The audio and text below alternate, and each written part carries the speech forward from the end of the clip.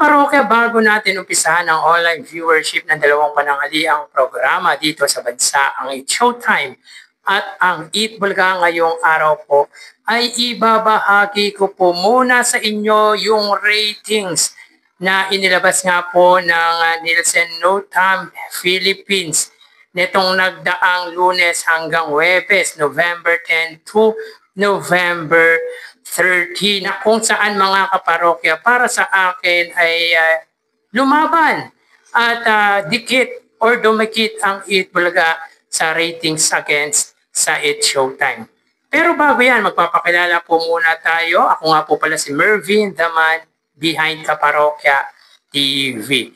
So yun nga po mga parokya, alam ko karamihan sa inyo ay medyo hindi na nga po nagtitiwala sa ratings na inilalabas para po sa dalawang pananghaliang programa. Even sa ibang programa mga kaparokya, ang karamihan po sa akin ay hindi na po nagtitiwala sa ratings na inilalabas dahil nga po sa social media ay talagang bumaba na rin po ang sa palagay ko credibility ng ratings na inilalabas sa iba't ibang programa, partikular nga po sa It's Showtime at sa Eat Bulaga. Alang mga kaparokya, since ang pinag-uusapan po dito ay ang It's Showtime at ang Eat Bulaga, ay ibabahagi ko pa rin po sa inyo yung ratings ng dalawang noontime shows. So, base mga kaparokya sa inilabas ng Lion Here TV, alam naman po natin mga kaparokya na ang Lion Here TV ay biased nga po ito at pabor nga po ito sa GMA Network. So, basahin po natin yung write-ups nito sa dalawang pananghaliang programa. It's Showtime remains top noontime show in the country. So mga kaparokya, sagutin po muna natin yung caption nito sa kanilang write-ups. Of course mga kaparokya, sa ngayon ay malabo po talagang talunin ng Eat Bulaga ang It's Showtime when it comes to rating, sapagkat alam naman po natin mga kaparokya kung gaano kalawak ang naaabot ng GMA Network. At kung ang pag-uusapan mga kaparokya ay signal at reach, ay hindi po tulad dyan ng TV5 na limited lamang po ang naaabot. Unlike nga po ng GMA Network ay kahit saan ay kaya nitong abutin. So basahin po natin to mga kaparokya. Kapamilya flagship noontime show It's Showtime has once again proven its dominance in the noontime slot, consistently outpacing its longtime rival Eat Bulaga. Based on the latest Nielsen NOTAM People Survey, the Kapamilya program continues to enjoy a comfortable lead, cementing its hold on the audience based on once ruled by its competitor. On Monday, November 10, araw po ito ng Lunes mga kaparokya, Showtime registered a 5.4% ratings, landing at number 8 on the overall chart, while Eat Bulaga settled at number 12 with 3.6%. So ang pagitan po dito ng dalawang pananghaliang programa mga kaparokya ay 1.8%.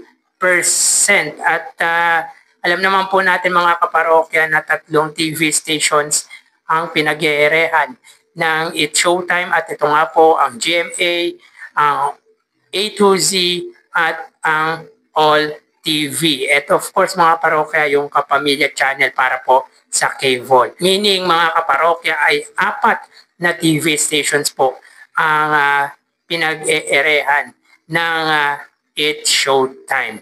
Samantalang ang Eat Bulaga ay RPTV at ang TV5 na limited pa po ang naaabot. So tuloy po natin mga parokya.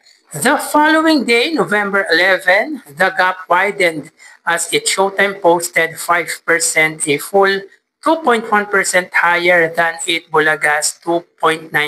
So, bumaba po mga kaparokya ang ratings ng Eat Bulaga from 3.6% going down to 2.9%.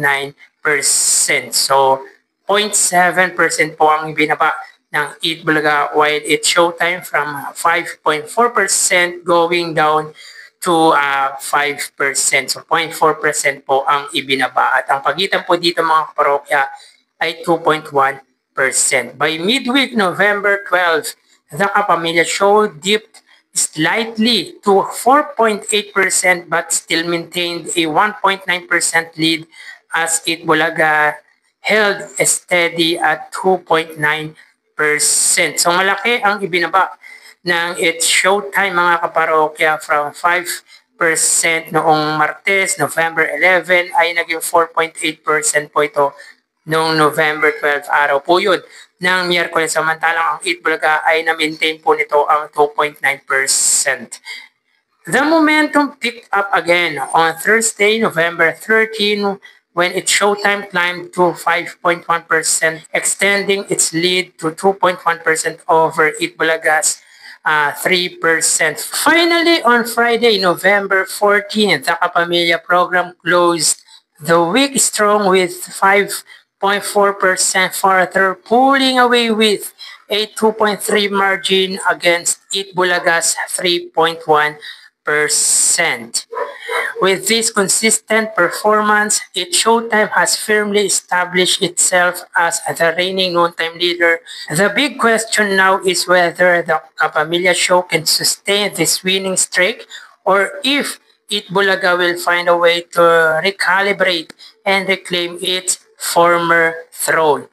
So, ina-acknowledge naman po mga kaparokya ng Lion Here TV na talagang pinaghaharian ng Itbulaga ang ratings pagdating sa noontime show. At ang question nga daw po dito mga kaparokya ay masusustain daw po ba ng Kapamilya yung pagiging dominant nito sa ratings against Itbulaga. Well mga kaparokya, wala na po tayong question dyan dahil alam naman po natin na suntok sa buwan na mahigitan ng Itbulaga ang It's Showtime when it comes sa rating sapagkat mga kaparokya, yung lawak nga po ng naaabot ng GMA kaysa sa TV5. Yan po yung advantage ng It's Showtime sa Itbulaga. At di lang po yung lawak at signal ng GMA ang pwede natin ditong pag-usapan, kundi yung dami rin po mga kaparokya ng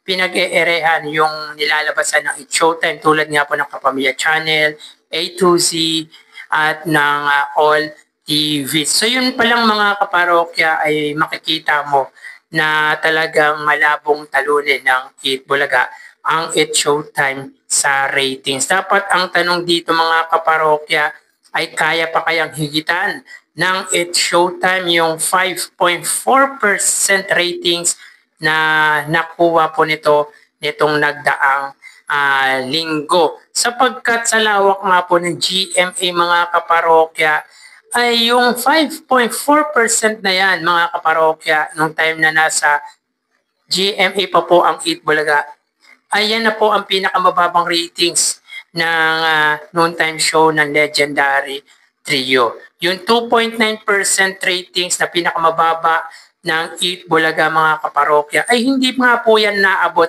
ng It's Showtime nung time na nasa TV5 pa po ito. Pero para sa akin, sa ngayon mga kaparokya, mas marami na po talagang nanonood sa online, sa social media, sa Facebook, sa YouTube, ng noontime show or ng kahit anumang pong programa. Pero ang importante nga po dito mga kaparokya ay na-entertain naman po tayo ng dalawang pananghaliang programa. So tara ating alamin ang online viewership ng dalawang bigating noontime shows. Para sa Itbulaga Under TVJ Facebook page na may 3.7 million followers at sa It's Showtime na may 19 million followers. So sa oras na 1:30 p.m. ang It's Showtime po ay may kasalukuyang segment na Laro-Laro Pick at ang pot money po ay 250,000 pesos at ang maglalaro po ay si Sean, ang host ng It's Showtime. Samantalang ang Itbulaga naman po ay may segment na Give Me 5. So dito ang Showtime ay may 2,400 viewers, samantalang ang Itbulaga ay may 3,000 viewers. So again, sa oras na 1:31 p.m. ang It's Showtime, sila po ay may 2,400 viewers or 2,500 viewers at ang Eat Bulga ay may 3,000 viewers. So makikita po natin dito ang pagitan ng dalawang noontime shows ay 600 viewers. So mapunta tayo sa TV Network YouTube channel ng dalawang noontime show. So para po sa Showtime under GMA Network YouTube channel na may 40.6 million subscribers. At sa Eat Bulga naman po under TV5 YouTube channel na may kasalukuyang 2.66 million subscribers.